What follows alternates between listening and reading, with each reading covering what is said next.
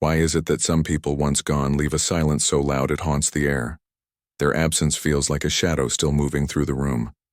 It's not about what they said or did. It's something deeper. A gravity.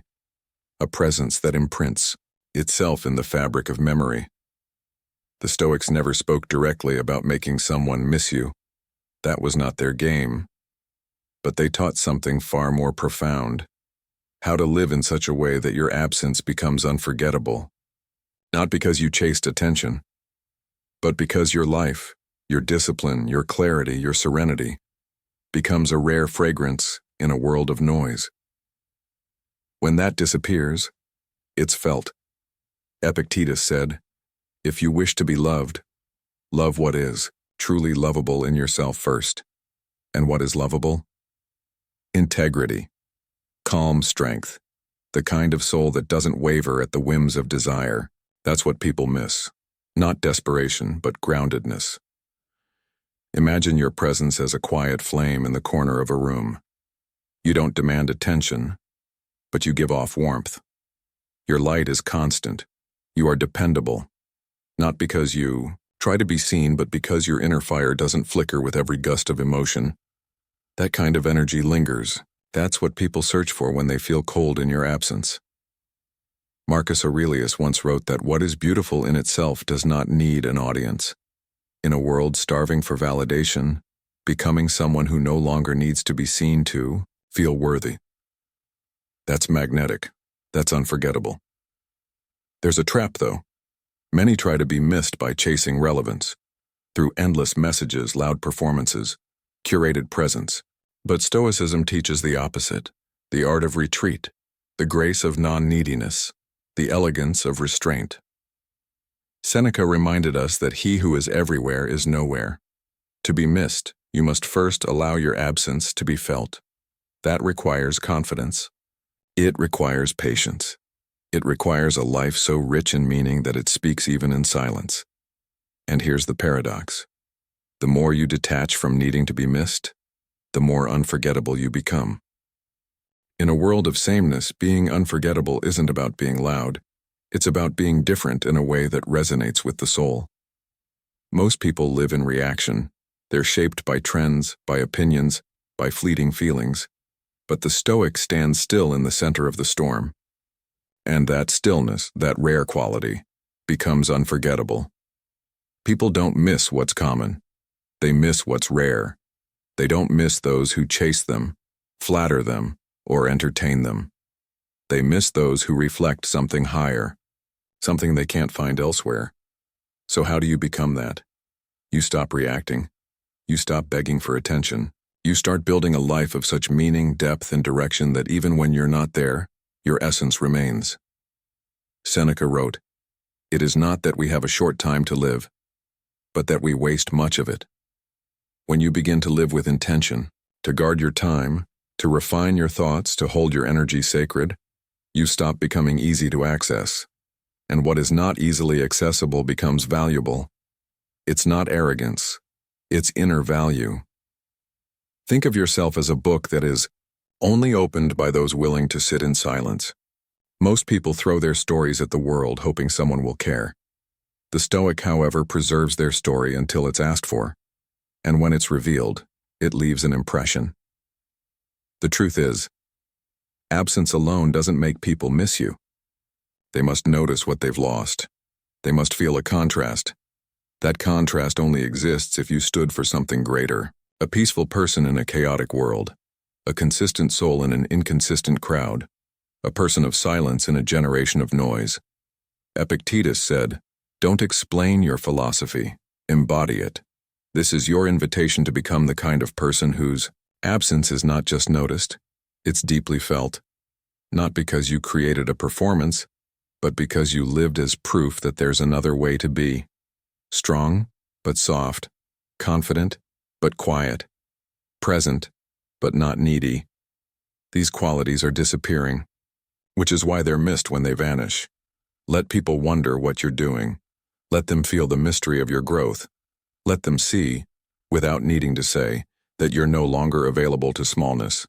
That's when curiosity turns to nostalgia. That's when presence becomes memory.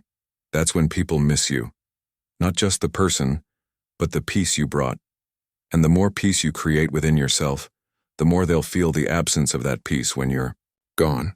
To be missed deeply, you must first learn how to let go completely. This is the Stoic paradox, and by surrendering attachment, you become irreplaceable. The more you cling, the more invisible you become. But the moment you step back with calm, detachment, something shifts. Your energy becomes sacred, your absence begins to speak. The Stoics didn't promote detachment as coldness. They saw it as freedom. Marcus Aurelius reflected that you have power over your mind, not outside events. Realize this and you will find strength. That strength is magnetic. It's the quiet confidence of someone who doesn't need others to complete them. When you release your grip on people's opinions, something powerful happens. You stop orbiting their world. Instead, you become your own center. And in doing so, others begin to orbit you. Not out of obligation, but out of fascination. People miss what makes them feel grounded. When you are no longer swayed by every emotional tide, your steadiness becomes their anchor. And when you withdraw, they feel the drift. Seneca taught that he who is brave is free. And the greatest courage, perhaps, is the willingness to be alone, not as punishment, but as refinement. When you no longer chase validation, your energy becomes rare. You're no longer accessible to anyone who calls. You stop responding to every message. You stop explaining your silence, and that silence begins to grow loud. Think of yourself as the sun. It doesn't beg the earth to stay. It rises. It warms. It shines. And when it sets, the world waits for it to return. That's the kind of presence Stoicism builds. Not performative, not needy, but radiant from within. The world is filled with noise. Everyone is trying to be seen, trying to be heard, trying to matter. The Stoic walks differently. He seeks not to be seen, but to see clearly. And in that clarity, he becomes unforgettable. You want them to miss you? Then be the kind of person who can vanish without resentment, who leaves without burning bridges, who exits with grace and peace.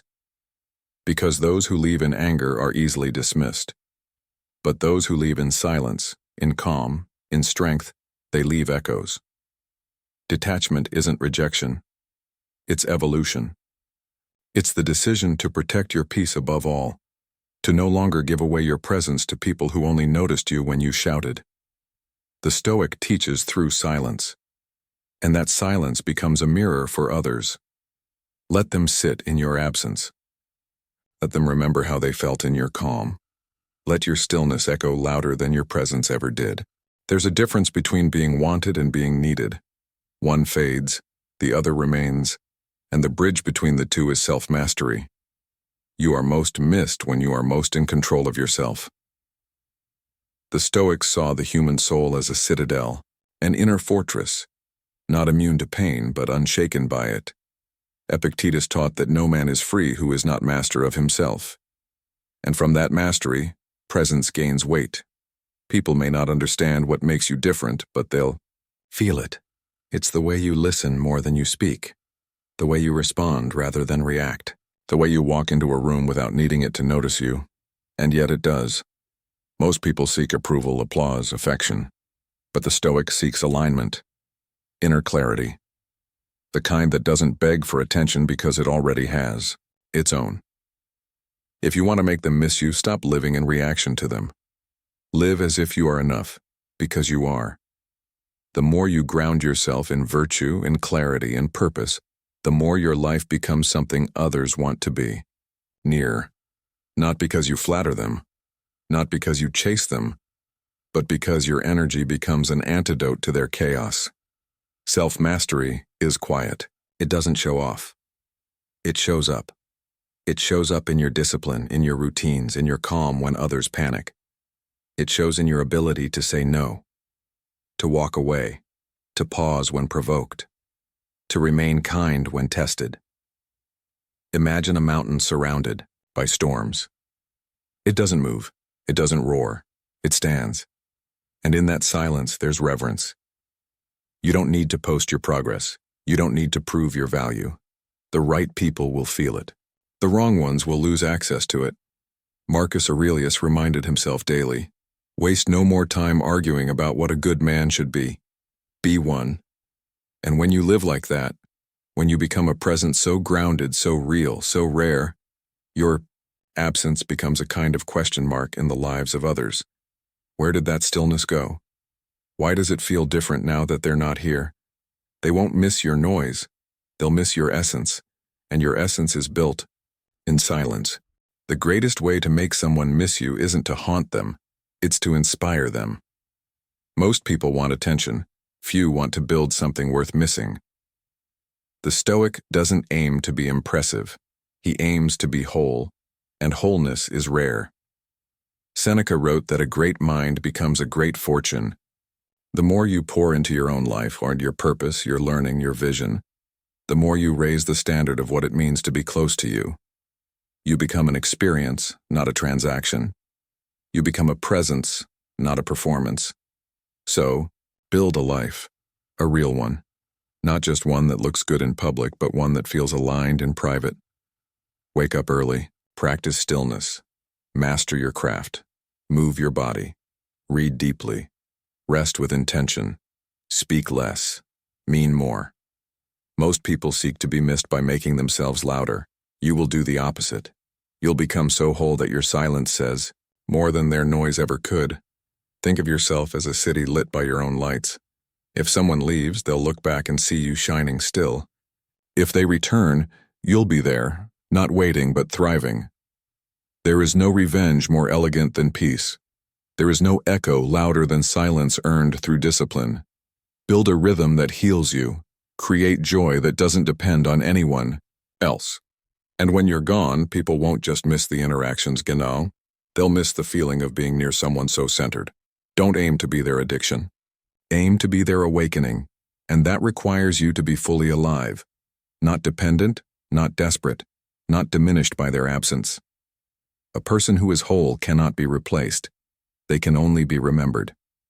So remember this: you are not the echo. You are the sound. Be so rooted in purpose that even when you're not present, the impact of your life still whispers through theirs. There is a kind of silence that speaks louder than words. Not the silence of avoidance, but the silence of awareness. The Stoics practiced this deeply. They called it euphemia. Inner peace, the state of being untroubled by things outside your control. Epictetus said, "We have 2 ears and 1 mouth so that we can listen twice as much as we speak." But beyond listening to others, the Stoic learns to listen to himself, to the signals of his own soul, and sometimes that means stepping back, going quiet, and allowing space to do the talking. In relationships, most people rush to fill the silence. They explain, justify, perform. But when you trust your path, you stop filling gaps. You let silence become the mirror, and people begin to see themselves in your absence. It's not punishment, it's clarity. When you no longer respond out of fear of being forgotten, you give others the chance to remember who you truly are. Selective silence is not manipulation. It's mastery. It's knowing when to speak and when to wait, when to engage and when to retreat, when to give and when to protect your energy. You don't owe anyone constant access. You don't owe explanations for your growth. When you're becoming something more, there will be phases of retreat. That's normal. That's needed. Think of the moon. It doesn't shine every night, but we wait for it anyway. Let your silence be purposeful. Let your quiet moments become sacred. When you stop chasing validation, you'll start noticing who truly values your presence, not for entertainment, but for energy. Not for distraction, but for depth. The Stoic doesn't vanish in anger. He disappears to realign, and when he returns, he's different. Let your stillness shape your legacy. Let them miss not just the sound of you, but the space you once held. At the core of every Stoic life is one principle: live with integrity, not as performance, not for applause, but because your soul demands it. Marcus Aurelius urged himself again and again, just that you do the right thing. The rest doesn't matter. And in a world where most people compromise their values to fit in, someone who refuses to bend becomes unforgettable. Integrity is magnetic. It doesn't demand attention, but it commands respect. And people remember how they felt around someone who stood for something, not someone who shifted with the wind. When you live in truth, when your actions match your words, when your values shape your choices, you create trust. And trust once experienced is never forgotten. You don't need to tell people you're different. You need to live so clearly that they see it. And when you're gone, it's not the noise they miss. It's the trust, the peace, the example. Be the kind of presence that reminds others what's possible, that redefines what it means to be steady, that elevates the conversation simply by being in the room. And when you leave, even if it's quietly, even if it's without drama, the absence becomes heavy, not because of what you took, but because of what you gave. People miss clarity. They miss kindness. They miss standards. And when you are those things, consistently, without arrogance, without exception, you become the kind of memory that lingers. There's nothing louder than a quiet conscience. There's nothing more lasting than a soul that chose alignment over attention. They won't miss you because you needed them. They'll miss you because they needed you, and didn't realize it until the silence set in. You don't need to burn bridges to walk away. You don't need to explain your silence. You don't need to prove your growth. When the Stoic chooses to leave, it's not a retreat. It's an elevation. Seneca wrote that as long as you live, keep learning how to live. Sometimes the most important lesson is this: your presence is a gift, and when unappreciated, it's okay to withhold it. Not out of anger, out of awareness. You don't vanish to punish them. You vanish to purify yourself. You don't return to be seen. You return only if the place, the people, the purpose align with your path. There is a version of you that no one has met yet, a version shaped by stillness, by refinement, by withdrawal from distraction. When they miss you, what they're really missing is the light you once carried. So make sure that light grows in your absence. Make sure it burns brighter, not for them, for yourself. And if life brings you back to familiar places, walk in like someone who has climbed a quiet mountain. Speak with fewer words, but deeper truths. Love with softer hands, but firmer boundaries. Smile not because you're needed, but because you're whole.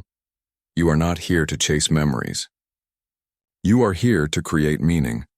So walk away when you must. Stay gone when it's right. Return only when you've become too full to stay hidden. That's the Stoic path. That's how you make them miss you, not by making noise, but by becoming silence worth listening to.